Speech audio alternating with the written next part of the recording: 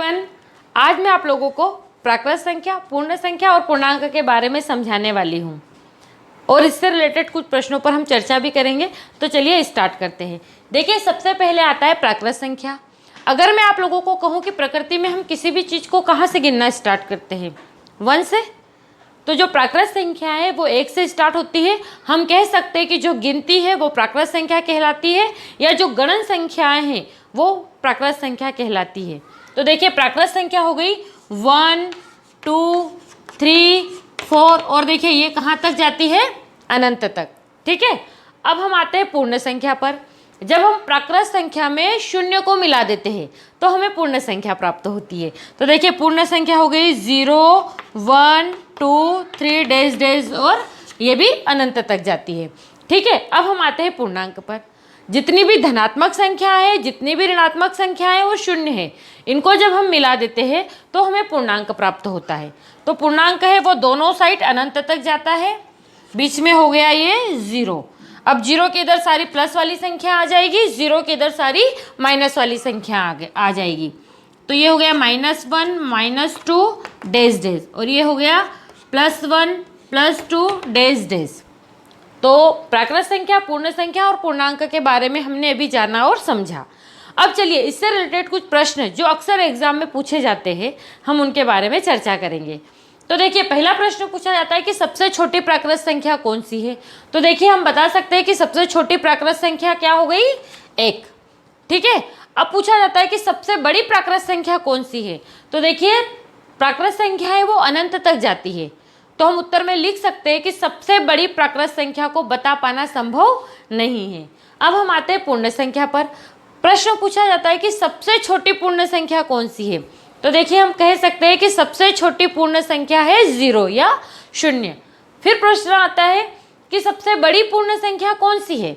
तो देखिए, पूर्ण संख्याएं भी अनंत तक जाती है, अतः हम लिख सकते हैं कि सबसे बड़ी पूर्ण संख्या को बता पाना संभव नहीं है। ठीक है, तो ये प्राकृत संख्या और पूर्ण संख्या से रिलेटेड कुछ प्रश्न हुए हैं। अब हम अगले क्वेश्चन पर जाते हैं। कभी कभी पूछा जाता है कि क्या जितनी भी प्राकृत संख्या है वो पूर्ण संख्या है और जितनी भी पूर्ण संख्या है वो प्राकृत संख्या है। तो चलिए, इसको हम किस तरह से समझेंगे। मान लीजिए, प्राकृत संख्या, ये हमारे पास एक बॉक्स है, इसमें हम लोगों ने प्राकृत संख्याओं को लिया है 1, 2, 3 डैश डैश। ठीक है, ये हो गई हमारी प्राकृत संख्या। ठीक है, अब प्राकृत संख्या को हम लोगों ने एक बॉक्स में दर्शा दिया है। अब हमारे पास पूर्ण संख्या पर हम जाए तो हमारे पास एक संख्या बढ़ गई है, वो क्या है, 0। तो अब हम लोगों को इससे थोड़ा सा बड़ा बॉक्स लेना पड़ेगा, क्योंकि हमारे पास एक संख्या बढ़ गई है। तो हमने इससे थोड़ा सा बड़ा बॉक्स लिया और हमने इसमें 0 डाल दिया। तो देखिए, अब ये 0 और ये सारी संख्याएं मिलकर हमें क्या मिल गई, पूर्ण संख्या। ठीक है, अब हम आते हैं पूर्णांक पर। अब हमारे पास पूर्णांक तो और बढ़ गई है संख्याएं, तो अब हमें इससे भी बड़ा बॉक्स लेना पड़ेगा। तो देखिए, हम लोग इससे भी बड़ा एक बॉक्स लिया है। यहाँ पर हम जितनी भी ऋणात्मक संख्याएं वो डाल देंगे, -3, -2, -1। तो ये हमारा हो गया पूर्णांक। ठीक है, अब देखिए, हम प्रश्न पर आते हैं। प्रश्न पूछा जाता है कि क्या जितनी भी प्राकृत संख्या है वो पूर्ण संख्याएं है। तो देखिए, अगर हम 0 को हटा देते हैं तो ये जो सारी संख्याएं हैं ये प्राकृत संख्या ही कहलाएगी। मतलब पूर्ण संख्या के अंदर प्राकृत संख्या विद्यमान है। तो हम कह सकते हैं कि जितनी भी प्राकृत संख्या है वो पूर्ण संख्याएं है। यस, ठीक है। अब प्रश्न आता है कि क्या जितनी भी पूर्ण संख्याएं है वो प्राकृत संख्या है।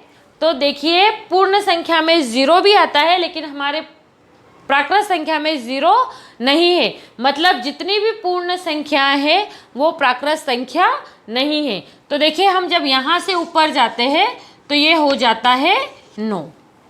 ठीक है, आप बॉक्स में भी देख लीजिए, हम प्राकृत संख्याएं, पूर्ण संख्याएं वो प्राकृत संख्याओं को दर्शा रही है, क्योंकि उस बॉक्स में ये प्राकृत संख्या आ रही है, लेकिन प्राकृत संख्या के अंदर पूर्ण संख्या नहीं आ रही है। मतलब हम लोग बता सकते हैं कि प्राकृत संख्याएं जितनी भी है वो पूर्ण संख्याएं हैं, लेकिन जितनी भी पूर्ण संख्या हैं वो प्राकृत संख्या नहीं है। ठीक है, अब हम हमारे अगले क्वेश्चन पर आते हैं। हमारा अगला प्रश्न है कि क्या जितनी भी पूर्ण संख्याएं हैं वो पूर्णांक है? तो बिल्कुल है, क्योंकि अगर हम मान लीजिए यहाँ पर इन संख्याओं को कुछ देर के लिए छुपा लेते हैं, तो देखिए ये जो सारी संख्याएं हैं ये पूर्ण संख्या को दर्शा रही है, मतलब जितनी भी पूर्ण संख्याएं हैं वो पूर्णांक है। तो जब हम यहाँ से ऊपर से नीचे की ओर आते हैं तो हमारा आंसर हो जाता है यस। ठीक है, अब हम इसको उल्टा कर देते हैं। क्या जितने भी पूर्णांक है वो पूर्ण संख्याएं हैं? तो इसका आंसर आएगा नो। जब हम नीचे से ऊपर जाते हैं तो इसका आंसर हो जाएगा नो, क्योंकि हमारे पूर्णांक में माइनस वाली संख्याएं भी आती है, लेकिन पूर्ण संख्याओं में कोई भी माइनस की संख्या नहीं है, इसीलिए हर पूर्णांक है वो पूर्ण संख्या नहीं हो सकता है। ठीक है, तो मैं उम्मीद करती हूँ कि आप लोगों ने प्राकृत संख्या, पूर्ण संख्या और पूर्णांक को अच्छे से समझ लिया होगा और इससे रिलेटेड प्रश्नों को भी अच्छे से समझ लिया होगा। जल्दी ही मिलती हूँ नए वीडियो के साथ।